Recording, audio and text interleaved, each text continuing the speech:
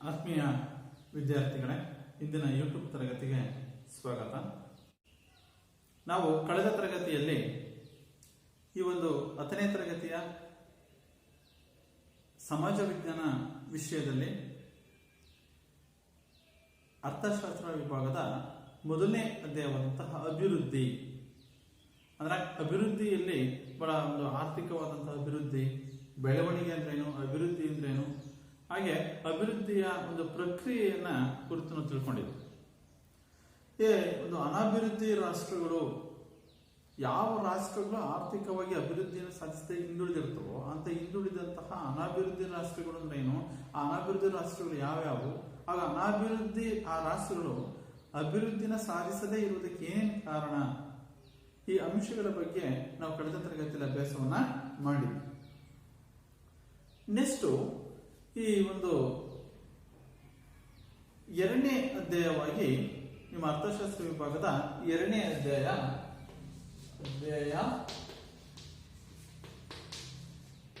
2 ಗ್ರಾಮೀಣ ಅಭಿವೃದ್ಧಿ. ಗ್ರಾಮೀಣ ಅಭಿವೃದ್ಧಿ ನಾವು ಹೇಳ್ತೀವಿ ವಿದ್ಯಾರ್ಥಿಗಳೇ, ನಮ್ಮ ದೇಶ ಹಳ್ಳಿಗಳಿಂದ ಕೂಡಿದ ದೇಶ, ಹಳ್ಳಿ ಪ್ರಧಾನವಾದಂತಹ ದೇಶ, ಹಳ್ಳಿಗಳಿಗೆ ಹೆಚ್ಚಿನವಾದಂತಹ ಆದ್ಯತೆಯನ್ನು ನೀಡಬೇಕು ಅಂತ. ಯಾಕೆಂದ್ರೆ ಸಾಕಷ್ಟು ಈ ಒಂದು ಹಳ್ಳಿ ಪ್ರಧಾನವಾದಂತಹ ದೇಶವಾಗಿದೆ. ನೂರಾರು ಸಾವಿರಾರು ಲಕ್ಷಾಂತರ ಹಳ್ಳಿಗಳಿಂದ ಕೂಡಿರುವಂತಹ ಒಂದು ರಾಷ್ಟ್ರ ಅಂತಂದ್ರೆ ನಮ್ಮ ಭಾರತ. 2011ರ ಜನಗಣತಿಯ ಪ್ರಕಾರವಾಗಿ ಏನು 10 ವರ್ಷಗಳಿಗೊಮ್ಮೆ ಜನಗಣತಿಯನ್ನ ಮಾಡ್ತಾರೋ, ಆ 2011ರ ಜನಗಣತಿಯ ಪ್ರಕಾರವಾಗಿ ಭಾರತದಲ್ಲಿ 68.84% ಜನರು ಹಳ್ಳಿಗಳಲ್ಲಿ ವಾಸ ಮಾಡ್ತಾ ಇರ್ತಾರೆ. ಹಳ್ಳಿಗಳಲ್ಲಿ ತಮ್ಮ ಒಂದು ಪ್ರಮುಖ ವೃತ್ತಿ ಅಂತ ಕೃಷಿಯನ್ನ ತಮ್ಮ ಒಂದು ವೃತ್ತಿಯನ್ನಾಗಿ ಮಾಡಿಕೊಂಡು ತಮ್ಮ ಜೀವನವನ್ನ ಅವರು ನಿರ್ವಹಿಸ್ತಾ ಇದ್ರು. 2011ರ ಜನಗಣತಿ ಪ್ರಕಾರವಾಗಿ 68.84% ಜನರು 68% ಜನರು ಹಳ್ಳಿಗಳಲ್ಲಿ ವಾಸ ಮಾಡ್ತಿದ್ದಾರೆ. ಅದರಿಂದ ನಮ್ಮ ಮಹಾತ್ಮ ಗಾಂಧೀಜಿ, ರಾಷ್ಟ್ರಪಿತ ಅಂತ ಏನ್ ಕರೀತು, ಆ ಮಹಾತ್ಮ ಗಾಂಧೀಜಿಯವರು ಒಂದು ಮಾತು ಹೇಳ್ತಾರೆ, ಭಾರತದ ನೈಜ ಅಭಿವೃದ್ಧಿ ಅಂದ್ರೆ ಅದು ಗ್ರಾಮಗಳ ಅಭಿವೃದ್ಧಿ. ಭಾರತ ನೈಜವಾಗಿ ಒಂದು ಅಭಿವೃದ್ಧಿಯನ್ನ ಸಾಧಿಸಬೇಕು ಅಂತಂದ್ರೆ ಗ್ರಾಮಗಳ ಅಭಿವೃದ್ಧಿ ಆಗ್ಬೇಕು. ಗ್ರಾಮಗಳ ಅಭಿವೃದ್ಧಿ ಆದ್ರೆ ಭಾರತ ನೈಜವಾಗಿ ಅಭಿವೃದ್ಧಿಯನ್ನ ಸಾಧಿಸುತ್ತೆ ಅಂತೇಳಿ ತಮ್ಮ ಅಭಿಪ್ರಾಯವನ್ನ ಅವತ್ತೇ ಗಾಂಧೀಜಿಯವರು ನೀಡಿದ್ರು. ರಾಷ್ಟ್ರಪಿತ ಮಹಾತ್ಮ ಗಾಂಧೀಜಿಯವರು ಬಹಳ ವರ್ಷಗಳ ಹಿಂದೆಯೇ ಈ ಗ್ರಾಮಗಳ ಅಭಿವೃದ್ಧಿಗೆ ಸಂಬಂಧಪಟ್ಟಂತೆ ತಮ್ಮ ಒಂದು ಅಭಿಪ್ರಾಯವನ್ನ ವ್ಯಕ್ತಪಡಿಸ್ತಾರೆ. ಮಕ್ಕಳ ಏನಂದ್ರೆ, ಭಾರತದ ನೈಜ ಅಭಿವೃದ್ಧಿ ಎಂದರೆ ಅದು ಗ್ರಾಮಗಳ ಅಭಿವೃದ್ಧಿ. ಭಾರತದ ನೈಜ ಅಭಿವೃದ್ಧಿ ಎಂದರೆ ಅದು ಗ್ರಾಮಗಳ ಅಭಿವೃದ್ಧಿ. ಇದರ ಅರ್ಥ ಏನಪ್ಪಾ ಅಂತಂದ್ರೆ, ಗ್ರಾಮಗಳ ಅಭಿವೃದ್ಧಿ ಆಗ್ಬೇಕು, ಹಳ್ಳಿಗಳು ಹೆಚ್ಚು ಹೆಚ್ಚು ಅಭಿವೃದ್ಧಿ ಆಗ್ತಾ ಹೋದಂತೆ ಹಳ್ಳಿಗಳಿಗೆ ಬೇಕಾದ ಎಲ್ಲ ಮೂಲ ಸೌಕರ್ಯಗಳನ್ನ, ಕುಡಿಯೋ ನೀರಿರ್ಬೋದು, ಶೌಚಾಲಯ, ವಸತಿ, ಆರೋಗ್ಯ, ನೈರ್ಮಲ್ಯ, ಶುಚಿತ್ವ, ಈ ಮೂಲಭೂತ ಸೌಕರ್ಯಗಳಿಗೆ ಹೆಚ್ಚಿನವಂತ ಆದ್ಯತೆ ನೀಡಿ ಪ್ರತಿಯೊಬ್ಬ ಹಳ್ಳಿಯಲ್ಲಿರುವಂತಹ ಎಲ್ಲ ಜನರಿಗೂ ಈ ಸೌಕರ್ಯಗಳನ್ನ, ಸೌಲಭ್ಯಗಳನ್ನ ಒದಗಿಸಿಕೊಟ್ರೆ ಹಳ್ಳಿಗಳ ಅಭಿವೃದ್ಧಿ ಆಗ್ತವೆ. ಯಾವ ದೇಶ ಹಳ್ಳಿಗಳಿಗೆ ಅಭಿವೃದ್ಧಿಗೆ ಹಳ್ಳಿಗಳಿಗೆ ಹೆಚ್ಚಿನವಂತ ಆದ್ಯತೆ ನೀಡುತ್ತೋ ಆ ದೇಶ ಅಭಿವೃದ್ಧಿಯನ್ನು ಸಾಧಿಸುತ್ತೆ. ಅದರಿಂದ ಗಾಂಧೀಜಿಯವರು ಹೇಳೋದು, ಭಾರತ ನೈಜ ಅಭಿವೃದ್ಧಿಯನ್ನು ಸಾಧಿಸಬೇಕು ಅಂತಂದ್ರೆ ಹಳ್ಳಿಗಳ ಅಭಿವೃದ್ಧಿ ಆಗ್ಬೇಕು ಅಂತೇಳಿ ಅವರು ತಮ್ಮ ಅಭಿಪ್ರಾಯವನ್ನು ವ್ಯಕ್ತಪಡಿಸ್ತಾರೆ. ಸ್ವಾತಂತ್ರ್ಯ ಪಡೆದ ನಂತರ ನಾವೇನು 1947 ಆಗಸ್ಟ್ 15ರಂದು ನಾವು ಭಾರತ ಸ್ವಾತಂತ್ರ್ಯವನ್ನು ಪಡೆಯುತ್ತವೋ, ಸ್ವಾತಂತ್ರ್ಯದಕ್ಕೆ 70 ವರ್ಷಗಳ ನಂತರವೂ ಸಹ ಭಾರತದ ಗ್ರಾಮಗಳ ಸ್ಥಿತಿ, ಹಳ್ಳಿಗಳ ಸ್ಥಿತಿ ಅತ್ಯಂತ ಶೋಚನೀಯವಾಗಿದೆ. ಅತ್ಯಂತ ದುಸ್ಥಿತಿಗೆ ಬಂದು ಹಳ್ಳಿಗಳ ಸ್ಥಿತಿಗತಿ ಬಂದು ತಲುಪಿದೆ. ಕಾರಣ ಏನಪ್ಪಾ ಅಂದ್ರೆ, ಹಳ್ಳಿಗಳಲ್ಲಿರುವಂತಹ ಮೂಲಭೂತ ಸೌಕರ್ಯಗಳ ಕೊರತೆ. ಹಳ್ಳಿಗಳಿಗೆ ಯಾವುದೇ ರೀತಿಯಾದಂತಹ ಹೆಚ್ಚಿನವಂತಹ ಆದ್ಯತೆಯನ್ನು ಹಳ್ಳಿಗಳಿಗೆ ನೀಡ್ತಿಲ್ಲ, ಹಳ್ಳಿಗಳ ಅಭಿವೃದ್ಧಿಗೆ ಆದ್ಯತೆಯನ್ನು ನೀಡ್ತಿಲ್ಲ. ಅದರಿಂದಾಗಿ ಈ ಒಂದು ಹಳ್ಳಿಗಳ ಸ್ಥಿತಿ ಸ್ವಾತಂತ್ರ್ಯ ಪಡೆದ 70 ವರ್ಷ ಆದರೂ ಸಹ ಈ ಹಳ್ಳಿಗಳ ಪರಿಸ್ಥಿತಿ ಶೋಚನೀಯವಾದಂತಹ, ಅತ್ಯಂತ ಅಸಹಾಯಕವಾದಂತಹ ಒಂದು ದುಸ್ಥಿತಿಗೆ ಬಂದು ತಲುಪಿದೆ. 1/3 ಗ್ರಾಮಗಳ ಜನರು ಅತ್ಯಂತ ಕಡು ಬಡತನದಿಂದ ಅವರು ಬಳಲ್ತಿದ್ದಾರೆ. ಅಭಿವೃದ್ಧಿ ಕಾರ್ಯಕ್ರಮಗಳು ಮತ್ತು ಅನೇಕ ಬಡತನ ನಿರ್ಮೂಲನೆ ಯೋಜನೆಗಳು ಜನರನ್ನು ಈ ತಲುಪಲು ಸಂಪೂರ್ಣವಾಗಿ ಸಫಲವಾಗಿಲ್ಲ. ಅಂದ್ರೆ ನಾವೇನು ಬಡತನದ ರೇಖೆ ಅಂತ ಕರೀತೀವೋ 26% ಅಧಿಕ ಸಂಖ್ಯೆಯ ಜನರು ಬಡತನದ ರೇಖೆಗಿಂತ ಕೆಳಗಡೆ ಜೀವಿಸ್ತಾ ಇದ್ದಾರೆ. ಅತ್ಯಂತ ನಿಕೃಷ್ಟ ಮಟ್ಟದ ಜೀವನವನ್ನ ಅವರು ನಡೆಸ್ತಾ ಇದ್ದಾರೆ ಜನರು. ಕಾರಣ ಅಂತಂದ್ರೆ ಕೃಷಿ ಹಿಂದುಳಿದಿರುವುದು, ಅಸಮರ್ಪಕವಾದಂತಹ ತಮ್ಮದೇ ಆದಂತಹ ಒಂದು ವಿಧಾನಗಳನ್ನು ಕೃಷಿಯಲ್ಲಿ ಬಳಕೆ ಮಾಡ್ಕೊಳ್ಳುತ್ತಿರೋದ್ರಿಂದ, ಅವೈಜ್ಞಾನಿಕ ವಿಧಾನಗಳನ್ನು ಬಳಸುತ್ತಿರೋದ್ರಿಂದ, ಕೃಷಿ ಹಿಂದುಳಿದಿರೋದ್ರಿಂದ ಈ ಒಂದು ಹಳ್ಳಿಗಳಲ್ಲಿರುವಂತಹ ಜನರು ಕಡು ಬಡತನದಿಂದ ಜೀವನವನ್ನು ನಿರ್ವಹಿಸಬೇಕಾಗಿದೆ. ಈ ಬಡತನವನ್ನು ಹೋಗಲಾಡಿಸಲು ಜಾರಿಗೆ ತಂದಂತಹ ಅನೇಕ ನಿರ್ಮೂಲನಾ ಯೋಜನೆಗಳು, ಬಡತನವನ್ನು ಹೋಗಲಾಡಿಸಬೇಕು ಹಳ್ಳಿಗಳಲ್ಲಿ ಅಂತೇಳಿ ಅನೇಕವಾದಂತಹ ಪರಿಣಾಮಕಾರಿಯಾದ ಕಾರ್ಯಕ್ರಮಗಳನ್ನು ಜಾರಿಗೆ ತರಲಾಗಿದೆ. ಆ ಎಲ್ಲ ಪರಿಣಾಮಕಾರಿಯಾದ ಕಾರ್ಯಕ್ರಮಗಳು ಜನರನ್ನ ತಲುಪಿಲ್ಲ. ಆ ಎಲ್ಲ ಕಾರ್ಯಕ್ರಮಗಳು ಸಂಪೂರ್ಣವಾಗಿ ಜನರನ್ನ ತಲುಪಿಲ್ಲ. ಅದರಿಂದ ಬಗ್ಗೆ ಭಾರತದ ಹಳ್ಳಿಗಳು ಹಿಂದುಳಿದಿವೆ. ಸ್ವಾತಂತ್ರ್ಯ ನಂತರ ಸರ್ಕಾರ ಅನುಸರಿಸಿದಂತಹ ಅಭಿವೃದ್ಧಿ ತಂತ್ರಗಳು, ಸ್ವಾತಂತ್ರ್ಯ ನಂತರವಾಗಿ ಸರ್ಕಾರ ಅನುಸರಿಸಿದಂತಹ ಒಂದು ಅಭಿವೃದ್ಧಿ ತಂತ್ರಗಳು ಈ ಕೇಂದ್ರಿತ ಅಭಿವೃದ್ಧಿಗೆ ಅವಕಾಶವನ್ನ ನೀಡ್ತವೆ. ಯಾವ ಕೇಂದ್ರಿತ ಅಭಿವೃದ್ಧಿಗೆ ಅಂತಂದ್ರೆ ನಗರ ಕೇಂದ್ರಿತ ಅಭಿವೃದ್ಧಿಗೆ ಹೆಚ್ಚು ಅವಕಾಶವನ್ನು ನೀಡಿತು ಅಂತ ಅನೇಕವಾದಂತಹ ವಿದ್ವಾಂಸರು ಅಭಿಪ್ರಾಯ ಪಡ್ತಾರೆ. ಅಂದ್ರೆ ಈ ಸ್ವಾತಂತ್ರ್ಯ ನಂತರವಾಗಿ ಸರ್ಕಾರ ಕೆಲವು ನೀತಿಗಳನ್ನು ಅನುಸರಿಸುತ್ತೆ. ಆದ್ರೆ ಸರ್ಕಾರ ಅನುಸರಿಸಿದಂತ ನೀತಿಗಳು ಗ್ರಾಮದ ಅಭಿವೃದ್ಧಿಗೆ ಪೂರಕವಾಗಿಲ್ಲ. ಅದರ ಬದಲಾಗಿ ನಗರ ಕೇಂದ್ರಿತ ಅಭಿವೃದ್ಧಿಗೆ, ನಗರ ಕೇಂದ್ರಗಳಿಗೆ, ನಗರಕ್ಕೆ ಅದು ಅಭಿವೃದ್ಧಿಗೆ ಪೂರಕವಾಗಿ ತಮ್ಮ ಒಂದೊಂದು ನೀತಿಗಳನ್ನು ಅನುಸರಿಸ್ತಾ ಹೋದ್ರು ಅಂತೇಳಿ ಅನೇಕ ವಿದ್ವಾಂಸರು ಅಭಿಪ್ರಾಯ ಪಡ್ತಾವ. ಈ ಹಿನ್ನೆಲೆಯಲ್ಲಿ ಬ್ರಿಟಿಷರ ಒಂದು ಆಳ್ವಿಕೆಯಲ್ಲಿ ಗ್ರಾಮೀಣ ಕೈಗಾರಿಕೆಗಳು ಸಹ ಅತಿ ಹೆಚ್ಚು ಬ್ರಿಟಿಷರ ಆಳ್ವಿಕೆ ಕಾಲದಲ್ಲೂ ಸಹ ಈ ಗ್ರಾಮೀಣ ಕೈಗಾರಿಕೆಗಳು ಹೆಚ್ಚು ಅವನತಿ ಆಗ್ತಾ ಬಂದು ಗುಡಿ ಕೈಗಾರಿಕೆಗಳು ನಾಶವಾಗ್ತಾ ಹೋದವು. ಕಾರಣಾಂತರ ಬ್ರಿಟಿಷರ ಆಳ್ವಿಕೆಯಲ್ಲಿ ಇದ್ದಂತಹ ಒಂದು ಕೈಗಾರಿಕಾ ಕ್ರಾಂತಿಯ ಪರಿಣಾಮದಿಂದಾಗಿಯೋ ಒಟ್ಟಾರೆಯಾಗಿ ಬ್ರಿಟಿಷರ ಆಳ್ವಿಕೆಯಲ್ಲೂ ಸಹ ಈ ಗ್ರಾಮೀಣ ಕೈಗಾರಿಕೆಗಳು ಅವನತಿ ಆಗ್ತಾ ಹೋಗ್ತವೆ. ನಂತರ ಸ್ವಾತಂತ್ರ್ಯ ನಂತರದಲ್ಲಿ ಆಧುನಿಕ ಉದ್ದಿಮೆಗಳು ಆಧುನಿಕವಾಗಿ ಹೊಸ ಹೊಸ ತಂತ್ರಜ್ಞಾನ ಯಂತ್ರೋಪಕರಣಗಳನ್ನ ಸ್ಥಾಪಿಸಿಕೊಂಡು ಅದರ ಯಂತ್ರೋಪಕರಣಗಳಿಂದಾಗಿ ಉಗಮವಾದಂತಹ ದೊಡ್ಡ ದೊಡ್ಡ ಉದ್ಯಮಗಳು ಸಹ ಈ ಪೈಪೋಟಿಯಿಂದಾಗಿ ಈ ಗುಡಿ ಕೈಗಾರಿಕೆಗಳು, ಗೃಹ ಕೈಗಾರಿಕೆಗಳು, ಗ್ರಾಮೀಣ ಕೈಗಾರಿಕೆಗಳು ಒಂದು ನಾಶವಾಗ್ತವೆ, ಅವನತಿ ಆಗ್ತಾ ಹೋಗ್ತವೆ.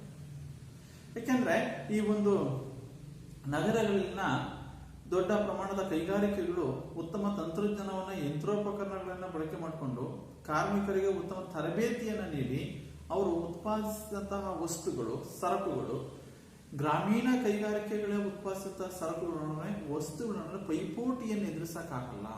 ಆ ಪೈಪೋಟಿಯನ್ನು ಎದುರಿಸಲಾಗದೆ ಗ್ರಾಮೀಣ ಭಾಗದಲ್ಲಿರುವ ಕೈಗಾರಿಕೆಗಳು ಅವನತಿ ಆದವು.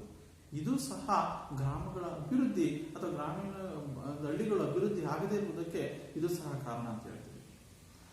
ಹಾಗಾದ್ರೆ ಈ ಒಂದು ಗ್ರಾಮಗಳು ಯಾವಾಗ ಹಳ್ಳಿ ಕೃಷಿ ಹಿಂದುಳಿದಿರುವುದಿರ್ಬೋದು, ಗ್ರಾಮೀಣ ಕೈಗಾರಿಕೆಗಳ ಅವನತಿ, ಇವೆಲ್ಲ ಕಾರಣಗಳಿಂದಾಗಿ ಅಧಿಕ ಸಂಖ್ಯೆಯ ಜನರು ನಗರಗಳಿಗೆ ವಲಸೆ ಬರಲು ಪ್ರಾರಂಭಿಸ್ತಾರೆ. ಸರಿ, ನಾವ್ ಹೇಳ್ದು ಗ್ರಾಮೀಣ ಅಭಿವೃದ್ಧಿ ಅಂದ್ರೆ ಗ್ರಾಮಗಳ ಅಭಿವೃದ್ಧಿ ಅಂತ ಹೇಳ್ತೀವಿ. ಹಾಗಾದ್ರೆ ಗ್ರಾಮೀಣ ಅಭಿವೃದ್ಧಿ ಅಂದ್ರೇನು, ಅದರ ಅರ್ಥ ಮತ್ತು ಮಹತ್ವವನ್ನ ನಾವು ತಿಳ್ಕೊಳ್ಳೋಣ. ಈಗ ನಾನು ಪ್ರಾರಂಭದಲ್ಲಿ ಹೇಳಿದ್ದು ಗ್ರಾಮೀಣ ಅಭಿವೃದ್ಧಿಗೆ ಸಂಬಂಧಪಟ್ಟಂತೆ ಹಿನ್ನೆಲೆಯಾದ ಪೀಠಿಕೆ ಅಂದ್ರೆ ಯಾಕೆ ಗ್ರಾಮಗಳ ಅಭಿವೃದ್ಧಿ ಆಗ್ಬೇಕು ಅಂತಂದ್ರೆ ಇಲ್ಲಿ ಕಾರಣ ಏನಪ್ಪಾ ಅಂತಂದ್ರೆ ನಮ್ಮ ಮಹಾತ್ಮ ಗಾಂಧೀಜಿಯವರು ಅಭಿಪ್ರಾಯ ಪಟ್ಟಂತೆ ಭಾರತದ ನೈಜ ಅಭಿವೃದ್ಧಿ ಅಂದ್ರೆ ಅದು ಗ್ರಾಮಗಳ ಅಭಿವೃದ್ಧಿ ಅಂತ ಹೇಳಿ. ಅಷ್ಟೇ ಅಲ್ಲ, ಪ್ರತಿಯೊಂದು ಸಹ ಗ್ರಾಮಗಳ ಅಭಿವೃದ್ಧಿ ಆದ್ರೆ ಹಳ್ಳಿಗಳು ಹೆಚ್ಚಿನ ಮತ್ತು ಹಳ್ಳಿಗಳಿಗೆ ಹೆಚ್ಚು ಆದ್ಯತೆ ನೀಡಿ ಹಳ್ಳಿಗಳಿಗೆ ಬೇಕಾದ ಮೂಲಭೂತ ಸೌಕರ್ಯಗಳನ್ನು ಒದಗಿಸಿಕೊಟ್ರೆ ಹಳ್ಳಿಗಳ ಅಭಿವೃದ್ಧಿ ಆದ್ರೆ ದೇಶ ಅಭಿವೃದ್ಧಿ ಆಗುತ್ತೆ. ಸ್ವಾತಂತ್ರ್ಯದ ಪೂರ್ವದಲ್ಲೂ ಸಹ ಬ್ರಿಟಿಷರ ಆಳ್ವಿಕೆಯಲ್ಲೂ ಸಹ ಗ್ರಾಮೀಣ ಭಾಗದ ಕೈಗಾರಿಕೆಗಳು ಅವನತಿ ಆದವು. ಸ್ವಾತಂತ್ರ್ಯ ನಂತರವೂ ಸಹ ಸರ್ಕಾರ ಅನುಸರಿಸಿದ ನೀತಿಗಳು ಸಹ ನಗರ ಕೇಂದ್ರಿತ ಅಭಿವೃದ್ಧಿಗೆ ಪೂರಕವಾಗಿದ್ದವು ಹೊರತು ಗ್ರಾಮೀಣ ಅಭಿವೃದ್ಧಿಗೆ ಪೂರಕವಾಗಿರಲಿಲ್ಲ. ಈಗ ಗ್ರಾಮೀಣ ಅಭಿವೃದ್ಧಿಗೆನ್ನ ಅವಗಣಿಸ್ತಾ ಬಂದಂತೆ ಗ್ರಾಮೀಣ ಅಭಿವೃದ್ಧಿಗೆ ಹೆಚ್ಚು ಮಹತ್ವವನ್ನು ಪಡೆಯುತ್ತೆ. ಗ್ರಾಮೀಣ ಅಭಿವೃದ್ಧಿಗೆ ನಾವು ಹೆಚ್ಚಿನ ಆದ್ಯತೆ ನೀಡಬೇಕು. ಹಾಗಾದ್ರೆ ಗ್ರಾಮೀಣ ಅಭಿವೃದ್ಧಿ ಅಂದ್ರೆ ಏನು? ಈಗ ನಾವು ತಿಳ್ಕೊಬೇಕಾಗಿರೋದು ವಿಷಯ ಗ್ರಾಮೀಣ ಅಭಿವೃದ್ಧಿ ಅರ್ಥ. ಗ್ರಾಮೀಣ ಅಭಿವೃದ್ಧಿ ಅಂದ್ರೆ ಏನು? ಸರಳವಾಗಿ ಹೇಳುತ್ತೆ, ಏನು ಗ್ರಾಮೀಣ ಅಭಿವೃದ್ಧಿ ಅಂದ್ರೆ ಗ್ರಾಮಗಳ ಅಭಿವೃದ್ಧಿ, ಗ್ರಾಮಗಳ ಅಭಿವೃದ್ಧಿ, ಗ್ರಾಮೀಣ ಅಭಿವೃದ್ಧಿ. ಅದಕ್ಕೆ ಸಂಬಂಧಿಸಿದಂತ ಒಂದು ವ್ಯಾಖ್ಯಾನ ನಾವು ನೀಡೋದಾದ್ರೆ, ಗ್ರಾಮೀಣ ಅಭಿವೃದ್ಧಿ ಅಂದ್ರೆ ಗ್ರಾಮೀಣ ಜನರ ಜೀವನದ ಗುಣಮಟ್ಟವನ್ನು ಉತ್ತಮಪಡಿಸುವ ಗ್ರಾಮ ಪ್ರದೇಶಗಳ ಏಳಿಗೆ, ಗ್ರಾಮ ಪ್ರದೇಶಗಳ ಏಳಿಗೆ ಅಂತೇಳಿ ಒಂದು ವ್ಯಾಖ್ಯಾನವನ್ನು ನೀಡಬಹುದು. ಗ್ರಾಮೀಣ ಅಭಿವೃದ್ಧಿ ಅಂದ್ರೆ ಗ್ರಾಮೀಣ ಜನರ ಜೀವನದ ಗುಣಮಟ್ಟವನ್ನ, ಗ್ರಾಮೀಣ ಪ್ರದೇಶದಲ್ಲಿರುವಂತಹ ಜನರ ಜೀವನದ ಗುಣಮಟ್ಟವನ್ನ ಉತ್ತಮಪಡಿಸಬೇಕು. ಗ್ರಾಮ ಪ್ರದೇಶಗಳ ಏಳಿಗೆ ಉತ್ತಮಪಡಿಸುವುದರ ಮೂಲಕವಾಗಿ ಗ್ರಾಮ ಪ್ರದೇಶಗಳ ಏಳಿಗೆಯನ್ನ ಗ್ರಾಮೀಣ ಅಭಿವೃದ್ಧಿ ಅಂತೇಳಿ ಒಂದು ವ್ಯಾಖ್ಯಾನವನ್ನ ನೀಡ್ತಾರೆ. ಅಂದ್ರೆ ಗ್ರಾಮಗಳ ಆರ್ಥಿಕ ಮತ್ತು ಸಾಮಾಜಿಕ ಉನ್ನತಿ ಸಾಧಿಸುವ ಒಂದು ಅಭಿವೃದ್ಧಿ ಅಂತ. ಅಂದ್ರೆ ಗ್ರಾಮೀಣ ಪ್ರದೇಶದಲ್ಲಿರುವಂತಹ ಅವರ ಸಾಮಾಜಿಕ ಒಂದು ಆರ್ಥಿಕ ಪರಿಸ್ಥಿತಿಯನ್ನ ಉತ್ತಮಪಡಿಸೋದು, ಗ್ರಾಮೀಣ ಭಾಗದಲ್ಲಿರುವಂತಹ ಜನರ ಆರ್ಥಿಕ ಸಾಮಾಜಿಕ ಸ್ಥಿತಿಯನ್ನ ಉತ್ತಮಪಡಿಸೋದು. ಇಲ್ಲಿ ಗ್ರಾಮಗಳ ಅಭಿವೃದ್ಧಿಗೆ ಸಂಬಂಧಪಟ್ಟಂತೆ ಎಕ್ಸಾಮ್ ಅಲ್ಲಿ ಕೇಳೋದಾದ್ರೆ ಗ್ರಾಮೀಣ ಅಭಿವೃದ್ಧಿ ಎಂದರೇನು ಅಂತ ಕೇಳಿದ್ರೆ ಈ ಒಂದು ವ್ಯಾಖ್ಯಾನವನ್ನು ಬರೀಬೇಕು. ಗ್ರಾಮೀಣ ಅಭಿವೃದ್ಧಿ ಎಂದರೆ ಗ್ರಾಮೀಣ ಜನರ ಜೀವನದ ಗುಣಮಟ್ಟವನ್ನು ಉತ್ತಮಪಡಿಸುವ ಗ್ರಾಮ ಪ್ರದೇಶಗಳ ಏಳಿಗೆ, ಗ್ರಾಮ ಪ್ರದೇಶಗಳ ಏಳಿಗೆನೆ ಗ್ರಾಮೀಣ ಅಭಿವೃದ್ಧಿ ಅಂತೇಳಿ ಕರೀತಾರೆ. ಗ್ರಾಮೀಣ ಅಭಿವೃದ್ಧಿ ಅಂದ್ರೆ ಏನಂತಂದ್ರೆ ಗ್ರಾಮಗಳ ಅಭಿವೃದ್ಧಿಯನ್ನು ಕರಿತೀವಿ. ಅದ್ರ ಜೊತೆಗೆ ಗ್ರಾಮದ ಒಂದು ಪ್ರದೇಶಗಳ ಸಾಮಾಜಿಕ ಮತ್ತು ಆರ್ಥಿಕ ಒಂದು ಉನ್ನತಿ ಪ್ರಕ್ರಿಯೆ ಅಂತ ಇದನ್ನ ಕರಿಬಹುದು. ಈ ಗ್ರಾಮೀಣ ಪ್ರದೇಶದಲ್ಲಿರುವಂತಹ ಬಡ ಜನರ ಸಾಮಾಜಿಕ, ಆರ್ಥಿಕ ಹಾಗೂ ಅವರ ಒಂದು ರಾಜಕೀಯ, ಆಧ್ಯಾತ್ಮಿಕ ಒಂದು ಮುನ್ನಡೆಯ ಒಂದು ಪ್ರಕ್ರಿಯೆ ಅಂತ ಸಹ ಇದನ್ನು ನಾವು ಕರೀತೀವಿ. ಯಾಕೆಂತಂದ್ರೆ ಅವರು ಆರ್ಥಿಕವಾಗಿ, ಸಾಮಾಜಿಕವಾಗಿ ಒಂದು ಅಭಿವೃದ್ಧಿಯನ್ನ ಪ್ರಕ್ರಿಯೆಯನ್ನು ಸಾಧಿಸಿದ್ರೆ ಆ ಗ್ರಾಮೀಣ ಪ್ರದೇಶಗಳ ಅಭಿವೃದ್ಧಿ ಒಂದು ಮಹತ್ವವನ್ನು ಪಡೆದುಕೊಳ್ಳುತ್ತೆ. ಹಾಗಾದ್ರೆ ಈ ಗ್ರಾಮೀಣ ಅಭಿವೃದ್ಧಿ ಅಂದ್ರೆ ಏನು ಅಂತ ನಾವು ತಿಳ್ಕೊಂಡು, ಅಂದ್ರೆ ಗ್ರಾಮೀಣ ಅಭಿವೃದ್ಧಿ, ಗ್ರಾಮಗಳನ್ನ ಅಭಿವೃದ್ಧಿ ಪಡಿಸುವ ಅವಶ್ಯಕತೆ ಇದೆಯಾ? ನಾವು ಹಳ್ಳಿಗಳನ್ನ ಅಥವಾ ಗ್ರಾಮಗಳನ್ನ ಅಭಿವೃದ್ಧಿ ಪಡಿಸಬೇಕಾ? ಹೌದು, ಅಭಿವೃದ್ಧಿ ಪಡಿಸಬೇಕು, ಅನಿವಾರ್ಯತೆ ಇದೆ, ಬಹಳ ಅವಶ್ಯಕವಿದೆ. ಯಾಕೆ ನಾವು ಗ್ರಾಮೀಣ ಪ್ರದೇಶಗಳನ್ನು ಅಭಿವೃದ್ಧಿ ಪಡಿಸಬೇಕು ಅಂತಂದ್ರೆ, ನಾವು ಹೇಳಿದ್ರು 2011 ಜನಗಣತಿ ಪ್ರಕಾರವಾಗಿ 68.84% ಜನರು, 68% ಜನರು ಹಳ್ಳಿಗಳಲ್ಲಿ ವಾಸ ಮಾಡ್ತಿದ್ದಾರೆ. ಆ ಹಳ್ಳಿಗಳಲ್ಲಿ ವಾಸ ಮಾಡ್ತಿರುವಂತಹ ಜನರಿಗೆ ನಾವು ಮೂಲಭೂತ ಸೌಕರ್ಯಗಳನ್ನ ಸರಿಯಾಗಿ ಸಮರ್ಪಕವಾಗಿ ಅವರು ಒದಗಿಸಿಕೊಡ್ಬೇಕು. ಜೊತೆಗೆ ಅವರು ಆ ಜನರು, ಹಳ್ಳಿಗಳ ವಾಸ ಮಾಡ್ತಿರುವ ಜನರು ಬಹುಸಂಖ್ಯಾತ ಜನರು ಕೃಷಿಯನ್ನ ಅವಲಂಬಿಸಿದ್ದಾರೆ. ತಮ್ಮ ಜೀವನದ ನಿರ್ವಹಣೆಗಾಗಿ, ತಮ್ಮ ಜೀವನೋಪಾಯಕ್ಕಾಗಿ ಕೃಷಿಯನ್ನು ಅವಲಂಬಿಸಿ, ಕೃಷಿಯನ್ನ ಪ್ರಾಥಮಿಕ ವಲಯವಾದಂತಹ ಕೃಷಿ ಅವರ ಪ್ರಮುಖವಾದಂತಹ ವೃತ್ತಿಯಾಗಿರುತ್ತೆ. ಆದ್ರೆ ಕೃಷಿ ಹಿಂದುಳಿದಿರುವುದು, ಅವರು ಅವಲಂಬಿಸಿರುವಂತಹ ಜೀವನ ನಿರ್ವಹಣೆಗೆ ಅವಲಂಬಿಸಿರುವಂತಹ ವೃತ್ತಿಯಾದಂತಹ ಕೃಷಿ ಹಿಂದುಳಿದಿದೆ. ಕೃಷಿ ಹಿಂದುಳಿದಿದೆ ಅಂದ್ರೆ ಆ ಕೃಷಿಯಲ್ಲೇ ಬಳಸ್ತಿರುವಂತಹ ವೈಜ್ಞಾನಿಕ ವಿಧಾನಗಳು ಕೃಷಿ ಹಿಂದುಳಿದುವಿಕೆಗೆ ಪ್ರಮುಖ ಕಾರಣವಾಗಿರೋದ್ರಿಂದ ಕೃಷಿ ಹಿಂದುಳಿದಂತೆ ಅವರ ಜೀವನ ನಿರ್ವಹಣೆಗೆ ಹಿಂದುಳಿಯುತ್ತೆ. ಆ ಅವರ ಒಂದು ಜೀವನ ನಿರ್ವಹಣೆ ಹಿಂದುಳಿದಂತೆ ಗ್ರಾಮಗಳು ಸಹ ಹಿಂದುಳಿತಾ ಬರ್ತವೆ. ಅದಕ್ಕಾಗಿ ನಾವು ಕೃಷಿಗೆ ಒಂದು ಪೂರಕವಾದಂತಹ ಚಟುವಟಿಕೆಗಳನ್ನ, ಪೂರಕವಾದಂತಹ ಇನ್ನಿತರವಾದಂತಹ, ಯಾಕೆಂದ್ರೆ ಒಂದು ವೃತ್ತಿ ಕೃಷಿ ಹಿಂದುಳಿದಿದೆ ಅಂತಂದ್ರೆ ಕೃಷಿಗೆ ಬದಲಾಗಿ ನಾವು ಇನ್ನಿತರವಾದಂತಹ ಒಂದು ಕೃಷಿಯೇತರ ಚಟುವಟಿಕೆಗಳನ್ನ ಪೋಷಿಸಬೇಕು. ಆಗ ಆ ಕೃಷಿಯೇತರ ಚಟುವಟಿಕೆಗಳನ್ನ ಪೋಷಿಸಿದಾಗ ಅಲ್ಲಿ ಗ್ರಾಮೀಣ ಭಾಗದಲ್ಲಿರುವಂತಹ ಜನರು ಏನ್ ಮಾಡ್ತಾರೆ, ಆ ಕೃಷಿಯೇತರ ಚಟುವಟಿಕೆಗಳಲ್ಲಿ ತಮ್ಮನ್ನು ಅವರು ತೊಡಗಿಸ್ಕೊಂತಾರೆ, ತಮ್ಮ ಒಂದು ಜೀವನವನ್ನ ಅಲ್ಲಿ ರೂಪಿಸ್ಕೊಂತಾರೆ, ಹೆಚ್ಚು ಹೆಚ್ಚು ಆದಾಯ ಗಳಿಸ್ತಾ ಹೋಗ್ತಾರೆ. ಅವರ ಆದಾಯ ಹೆಚ್ಚಾದಂತೆ, ಅವರ ಸಹಾಯದಾಯ ಹೆಚ್ಚಾದಂತೆ, ಅವರ ಆದಾಯ ಹೆಚ್ಚಾದಂತೆ ಕ್ರಮೇಣವಾಗಿ ರಾಷ್ಟ್ರದ ಆದಾಯವೂ ಸಹ ಹೆಚ್ಚಾಗುತ್ತೆ. ಯಾವ ದೇಶದ ರಾಷ್ಟ್ರೀಯ ಆದಾಯ ಹೆಚ್ಚಾಗ್ತಾ ಹೋಗುತ್ತೋ ಆ ದೇಶ ಅಭಿವೃದ್ಧಿಯನ್ನು ಸಾಧಿಸ್ತಾ ಹೋಗುತ್ತೆ. ಅದರಿಂದ ನಾವು ಕೃಷಿಯೇತರ ಚಟುವಟಿಕೆಗಳನ್ನ ಪೂರೈಸಬೇಕು. ಸಾಕ್ಷರತೆ ಇರ್ಬೋದು, ಕೌಶಲ್ಯಗಳು, ಆರೋಗ್ಯ, ನೈರ್ಮಲ್ಯ, ಸಾರಿಗೆ, ಶಕ್ತಿ ಸಂಪನ್ಮೂಲಗಳು, ಸಂಪರ್ಕ, ಮಾರುಕಟ್ಟೆ, ಸಾರಿಗೆ ಇರ್ಬೋದು, ಆರೋಗ್ಯ, ನೈರ್ಮಲ್ಯ, ಶಕ್ತಿ, ಮಾರುಕಟ್ಟೆ, ಇಂಥ ಕೃಷಿಯೇತರ ಚಟುವಟಿಕೆಗಳನ್ನ ಹೆಚ್ಚು ಹೆಚ್ಚು ನಾವು ಪೋಷಿಸಬೇಕು. ಆ ಜನರನ್ನ ಪ್ರೇರೇಪಿಸಬೇಕು, ನೀವು ಕೃಷಿಯೇತರ ಚಟುವಟಿಕೆಯಲ್ಲಿ ತೊಡಗಿಸಿಕೊಳ್ಳಿ, ಕೇವಲ ಕೃಷಿಯನ್ನ ಮಾತ್ರ ಅವಲಂಬಿಸಿ ಜೀವನವನ್ನು ನಿರ್ಮಾಣ ಮಾಡಬೇಡ್ರಿ, ಕೃಷಿ ಹಿಂದುಳಿದಿದೆ ಅಂದ್ರೆ ಕೃಷಿಯೇತರ ಚಟುವಟಿಕೆ ತೊಡಗಿಸಿಕೊಳ್ಳಿ ಅಂತ ಹೇಳುವ ಮೂಲಕವಾಗಿ ನಾವು ಗ್ರಾಮೀಣ ಪ್ರದೇಶಗಳನ್ನ ಅಭಿವೃದ್ಧಿಪಡಿಸಬಹುದು. ಅಷ್ಟೇ ಅಲ್ಲ, ಭೂ ಸುಧಾರಣೆಗಳನ್ನು ಸಹ ಒಂದು ಕೃಷಿ ಅಭಿವೃದ್ಧಿಗಾಗಿ ನೀರಾವರಿ ಮತ್ತು ಭೂ ಸುಧಾರಣೆಗಳು ಸಹ ಇಲ್ಲಿ ಬಹಳ ಅತ್ಯವಶ್ಯಕವಾಗಿರುತ್ತೆ. ಬಡವರ ಜೀವನ ಸ್ಥಿತಿಯನ್ನು ಸುಧಾರಿಸುವ ನಿರ್ದಿಷ್ಟ ಕ್ರಮಗಳನ್ನ ಇದರಲ್ಲಿ ಒಳಗೊಂಡಿರುತ್ತೆ. ಅಂದ್ರೆ ಈ ಗ್ರಾಮೀಣ ಅಭಿವೃದ್ಧಿಯು ಹಳ್ಳಿಗಳ ಒಂದು ಅಭಿವೃದ್ಧಿ ಅಥವಾ ಗ್ರಾಮೀಣ ಅಭಿವೃದ್ಧಿಯು ಸಾಕ್ಷರತೆ, ಆರೋಗ್ಯ, ಮೂಲಭೂತ ಸೌಲಭ್ಯಗಳು, ಸಾಕ್ಷರತೆ, ಮೂಲಭೂತ ಸೌಲಭ್ಯಗಳು, ಭೂ ಸುಧಾರಣೆಗಳು, ನೀರಾವರಿ, ಅಷ್ಟೇ ಅಲ್ಲದೆ ಕೆಲವೊಂದು ಬಡ ಜನರ ಸ್ಥಿತಿಯನ್ನು ಬಡವರ ಜೀವನ ಸ್ಥಿತಿಯನ್ನ ಸುಧಾರಿಸುವ ನಿರ್ದಿಷ್ಟ ಕ್ರಮಗಳನ್ನ ಈ ಗ್ರಾಮೀಣ ಅಭಿವೃದ್ಧಿಯು ಒಳಗೊಂಡಿದೆ. ಅಂದ್ರೆ ಗ್ರಾಮೀಣ ಅಭಿವೃದ್ಧಿ ಏನೇನು ಒಳಗೊಂಡಿದೆ ಅಂತಂದ್ರೆ ಒಂದು ಸಾಕ್ಷರತೆಯನ್ನು ಒಳಗೊಂಡಿದೆ, ಭೂ ಸುಧಾರಣೆಯನ್ನ, ನೀರಾವರಿ, ಬಡ ಜನರ ಜೀವನ ಸ್ಥಿತಿಯನ್ನು ಸುಧಾರಿಸುವ ನಿರ್ದಿಷ್ಟ ಕ್ರಮಗಳನ್ನ ಈ ಒಂದು ಗ್ರಾಮೀಣ ಅಭಿವೃದ್ಧಿ ಒಳಗೊಂಡಿದೆ. ಹಾಗಾದ್ರೆ ಈ ಗ್ರಾಮೀಣ ಅಭಿವೃದ್ಧಿಗಾಗಿರುವ ಅವಶ್ಯಕ ಕ್ರಮಗಳೇನೇನು? ನಾವು ಗ್ರಾಮೀಣ ಅಭಿವೃದ್ಧಿಗೆ ಇರುವಂತಹ ಅವಶ್ಯಕವಾದಂತಹ ಕ್ರಮಗಳು, ಆದ್ರೆ ಗ್ರಾಮೀಣ ಅಭಿವೃದ್ಧಿ ಆಗ್ಬೇಕು ಅಂತಂದ್ರೆ ನಾವು ಯಾವ್ಯಾವ ಅವಶ್ಯಕ ಕ್ರಮಗಳನ್ನ ನಾವು ಅನುಸರಿಸಬೇಕು? ಗ್ರಾಮೀಣ ಅಭಿವೃದ್ಧಿಗೆ ಇರುವ ಅವಶ್ಯಕ ಕ್ರಮಗಳು ಯಾವ್ಯಾವು ನೋಡ್ರಿ. ಗ್ರಾಮೀಣ ಅಭಿವೃದ್ಧಿಗೆ ಇರುವಂತಹ ಅವಶ್ಯಕ ಕ್ರಮಗಳು: ಒಂದು, ಮಾನವ ಸಂಪನ್ಮೂಲ ಅಭಿವೃದ್ಧಿ. ಎರಡು, ಮಾನವ ಸಂಪನ್ಮೂಲ ಅಭಿವೃದ್ಧಿ ಒಂದು. ಎರಡನೇದು ಭೂ ಸುಧಾರಣೆ. ಮೂರು, ಸ್ಥಳೀಯ ಉತ್ಪಾದಕ ಸಂಪನ್ಮೂಲಗಳ ಅಭಿವೃದ್ಧಿ. ನಾಲ್ಕು, ವಿದ್ಯುತ್ ಶಕ್ತಿ. ಅಂದ್ರೆ ವಿದ್ಯುತ್ ಶಕ್ತಿಯಲ್ಲಿ ನೀರಾವರಿ, ಹಣಕಾಸು, ಮಾರುಕಟ್ಟೆಗಳು, ಸಾರಿಗೆ, ಸಂಪರ್ಕ, ಕೃಷಿ ಸಂಶೋಧನೆ, ವಿಸ್ತರಣೆ ಹಾಗೂ ಮಾಹಿತಿ ಪ್ರಸರಣ ಇವೆಲ್ಲವೂ ಸಹ, ಸಂಪರ್ಕ ಅಂದ್ರೆ ಮಾಹಿತಿ ಪ್ರಸರಣ, ಇವೆಲ್ಲವೂ ಸಹ ಈ ಒಂದು 4 ಅಂದ್ರೆ ಗ್ರಾಮೀಣ ಅಭಿವೃದ್ಧಿಗಾಗಿರುವಂತಹ ಅವಶ್ಯಕ ಕ್ರಮಗಳು. 5ನೇದು ಬಡತನ ನಿರ್ಮೂಲನೆಯ ನಿರ್ದಿಷ್ಟ ಯೋಜನೆಗಳು. ಗ್ರಾಮೀಣ ಅಭಿವೃದ್ಧಿಗಾಗಿರುವ ಅವಶ್ಯಕ ಕ್ರಮಗಳು. ಗ್ರಾಮೀಣ ಅಭಿವೃದ್ಧಿಗಾಗಿರುವ ಅವಶ್ಯಕ ಕ್ರಮಗಳು.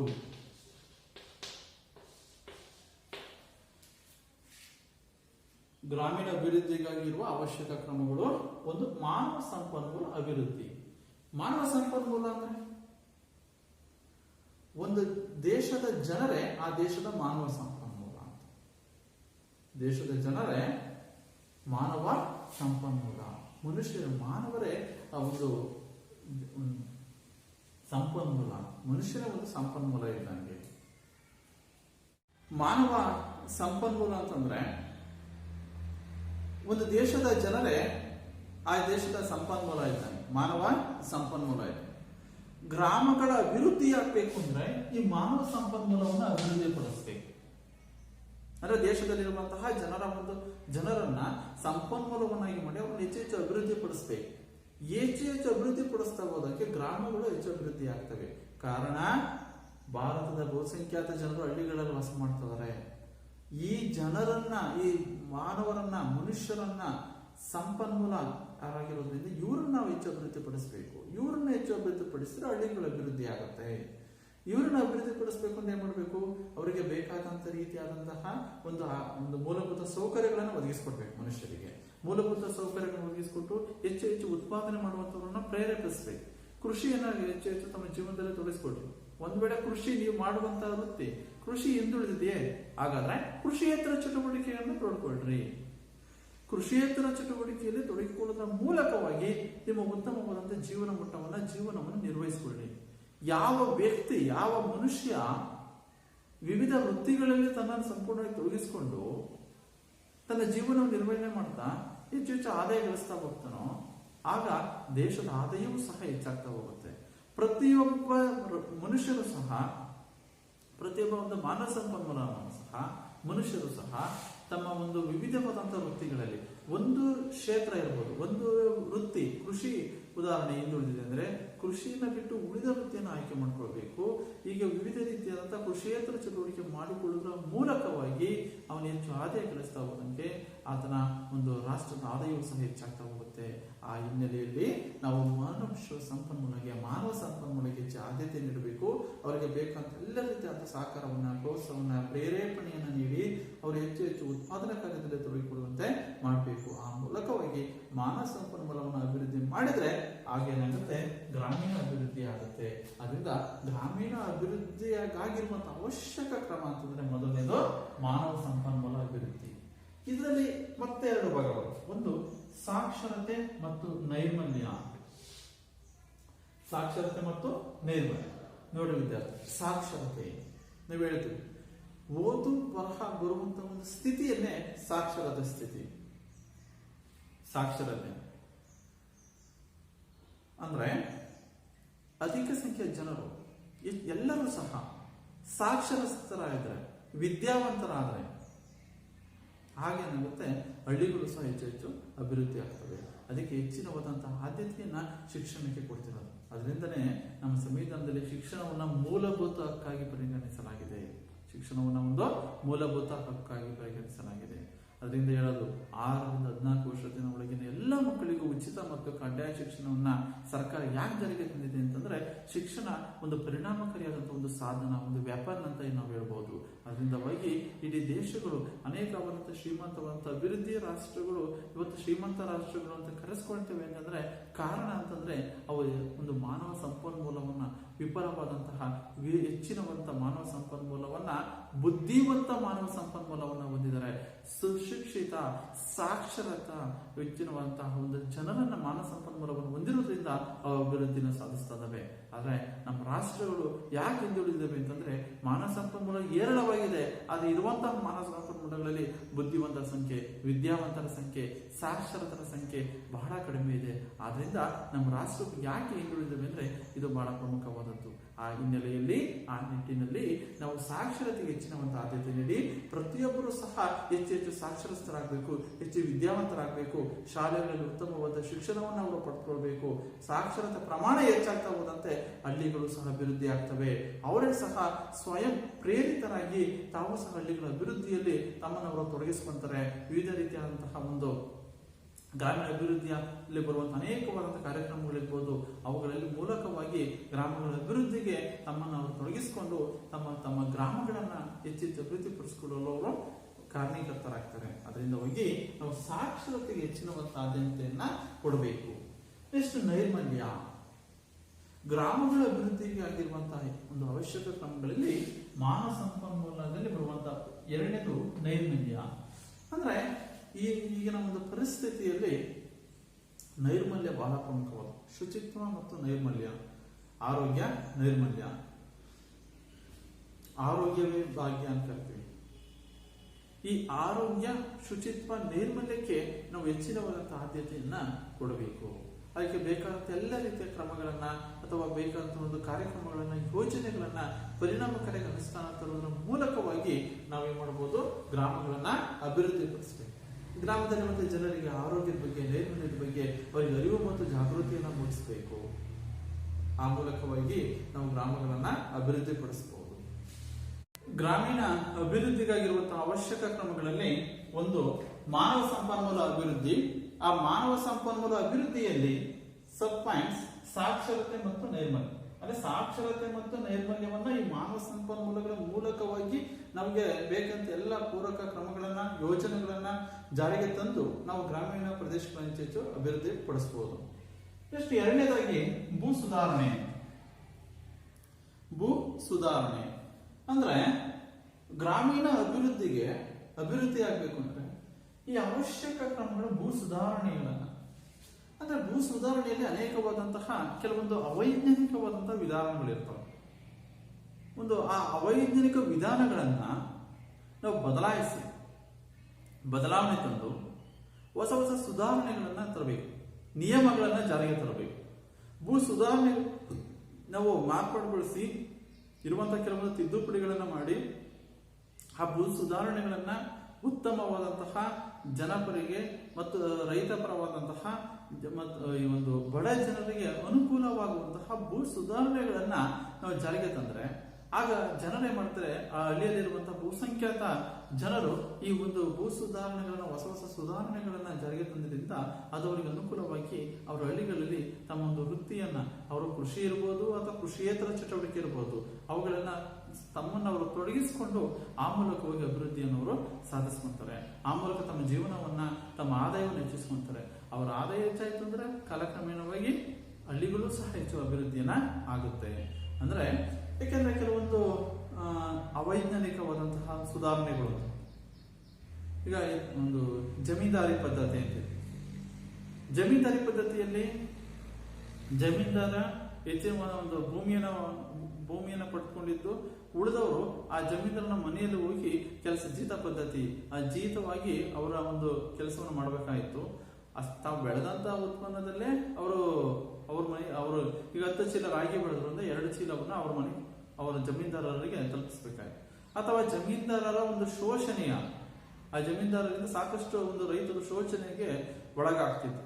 ಇಂತಹ ಒಂದು ಪದ್ಧತಿಗಳನ್ನ, ಇಂತಹ ಒಂದು ಭೂ ಸುಧಾರಣೆಗಳನ್ನ ಹೋಗಲಾಡಿಸ್ಬಿಟ್ಟು ಹೊಸ ಹೊಸ ಸುಧಾರಣೆಗಳನ್ನ ಜಾರಿಗೆ ತಂದ್ರೆ ರೈತರಿಗೆ ಅನುಕೂಲವಾಗುವಂತಹ, ಅದರಲ್ಲೂ ವಿಶೇಷವಾಗಿ ಬಡ ಜನರಿಗೆ ಅನುಕೂಲವಾಗುವಂತಹ ಸುಧಾರಣೆಗಳನ್ನ ಜಾರಿಗೆ ತಂದ್ರೆ ಆಗ ಅವರು ಏನ್ ಮಾಡ್ತಾರೆ, ಅವರು ತಮ್ಮ ಒಂದು ವೃತ್ತಿಯನ್ನ, ತಮ್ಮ ಒಂದು ವಿವಿಧ ರೀತಿಯಾದ ವೃತ್ತಿಗಳಲ್ಲಿ ತಮ್ಮನ್ನು ತೊಡಗಿಸಿಕೊಂಡು ಹೊಸ ಹೊಸ ಭೂ ಸುಧಾರಣೆಗಳ ಮೂಲಕವಾಗಿ ಅಭಿವೃದ್ಧಿ ಆಗಕ್ಕೆ ಪ್ರಯತ್ನಿಸ್ತಾರೆ, ಹೆಚ್ಚು ಹೆಚ್ಚು ಆದಾಯ ಗಳಿಸುವುದಕ್ಕೆ ಪ್ರಯತ್ನಿಸ್ತಾರೆ. ಯಾವಾಗ ಅವರು ಹೆಚ್ಚು ಆದಾಯ ಗಳಿಸೋದಕ್ಕೆ ಪ್ರಯತ್ನ ಪಡ್ತಾರೋ ಆಗ ಏನಾಗ್ತವೆ, ಹಳ್ಳಿಗಳು ಸಹ ಅಭಿವೃದ್ಧಿ ಆಗುತ್ತೆ. ಅದರ ಹಿನ್ನೆಲೆಯಲ್ಲಿ ಭೂ ಸುಧಾರಣೆಗಳನ್ನ ಜಾರಿಗೆ ತರುವುದು ಬಹಳ ಅವಶ್ಯಕವಾಗಿದೆ. ನೆಕ್ಸ್ಟ್ 3ನೇದು ಸ್ಥಳೀಯ ಉತ್ಪಾದಕ ಸಂಪನ್ಮೂಲಗಳ ಅಭಿವೃದ್ಧಿ.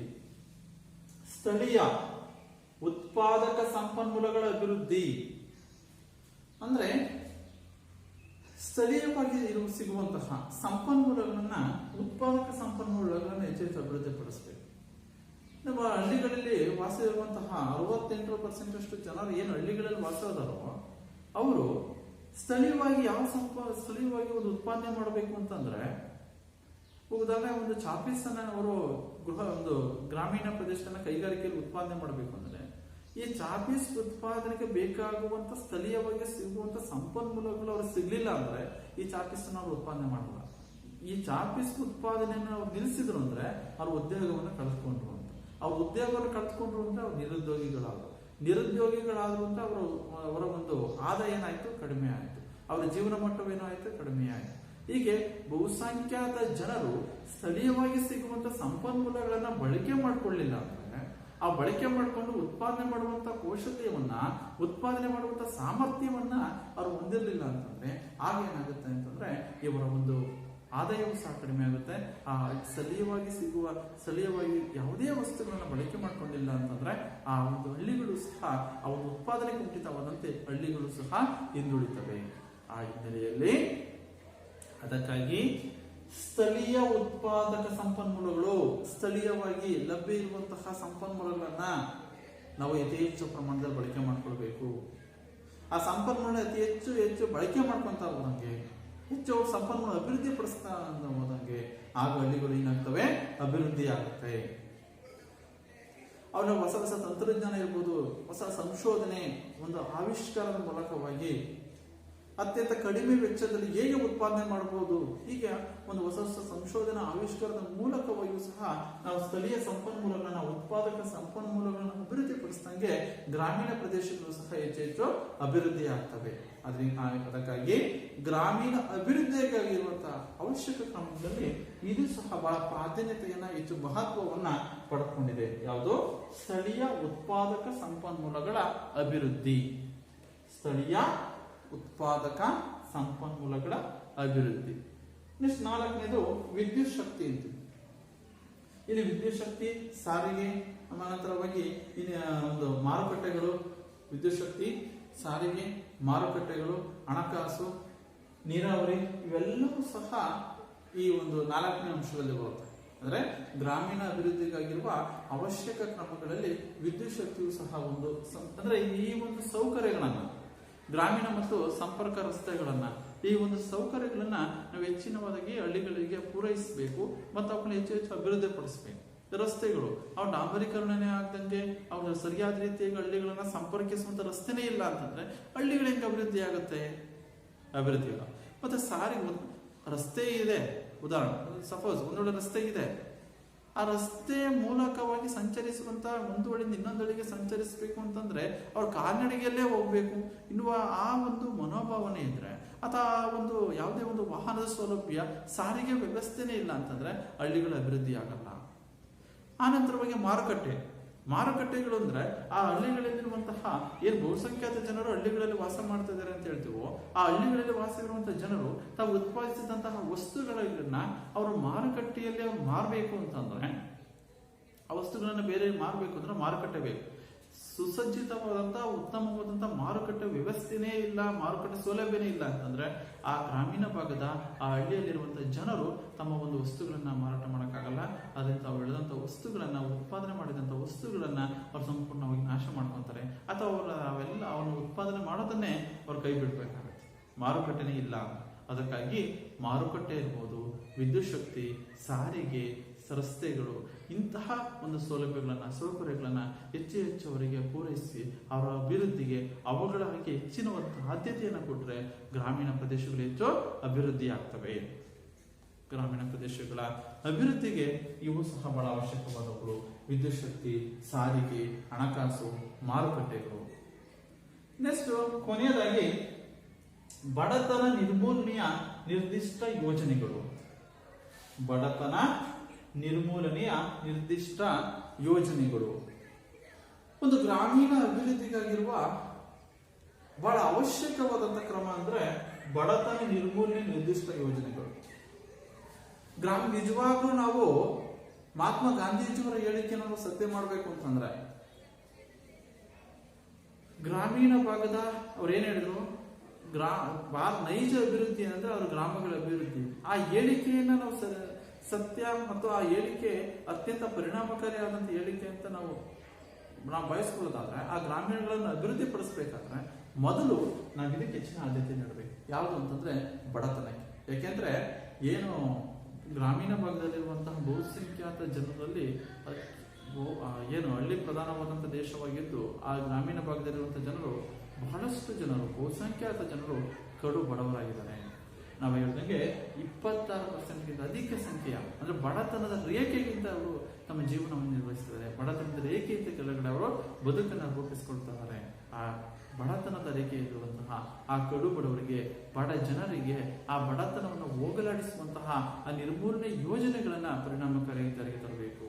ಆ ಬಡತನದಿಂದ ಇರುವಂತಹ ಬಡತನದಲ್ಲಿ ತತ್ತರಿಸುತ್ತಿರುವಂತಹ ಜನರಿಗೆ ಕೆಲವು ಉದ್ಯೋಗಾವಕಾಶ ಒದಗಿಸೋದಿರ್ಬೋದು, ಸಾಕ್ಷರತೆಯನ್ನ, ಉತ್ತಮ ಶಿಕ್ಷಣ ಅವಕಾಶವನ್ನು ಒದಗಿಸೋದು, ಈಗ ಅನೇಕವಾದಂತಹ ಪರಿಣಾಮಕಾರಿಯಾದ ಕಾರ್ಯಕ್ರಮವನ್ನು ಜಾರಿಗೆ ತಂದು ಪ್ರತಿಯೊಬ್ಬ ಬಡ ಜನರಿಗೂ ಸಹ ಆ ಕಾರ್ಯಕ್ರಮ ತಲುಪಬೇಕು.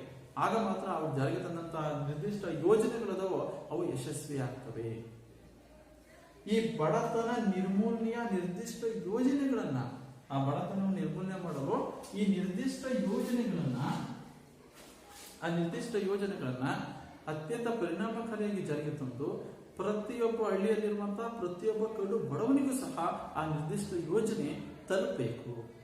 ಅದರ ಒಂದು ಸದುಪಯೋಗವನ್ನ, ಆ ಒಂದು ಯೋಜನೆಯ ಒಂದು ಫಲಾನುಭವಿಗಳಾಗಿ ಆ ಯೋಜನೆ ಎಲ್ಲ ಒಂದು ಲಾಭವನ್ನು ಪಡೆದುಕೊಳ್ಬೇಕು. ಕಡು ಬಡವ ಪಡೆದುಕೊಂಡು ಅವರು ಸಹ ಒಂದು ಅಭಿವೃದ್ಧಿ ಪ್ರಕ್ರಿಯೆಯಲ್ಲಿ ಪಾಲ್ಗೊಳ್ಳುವಂತೆ ನಾವು ಮಾಡಬೇಕು.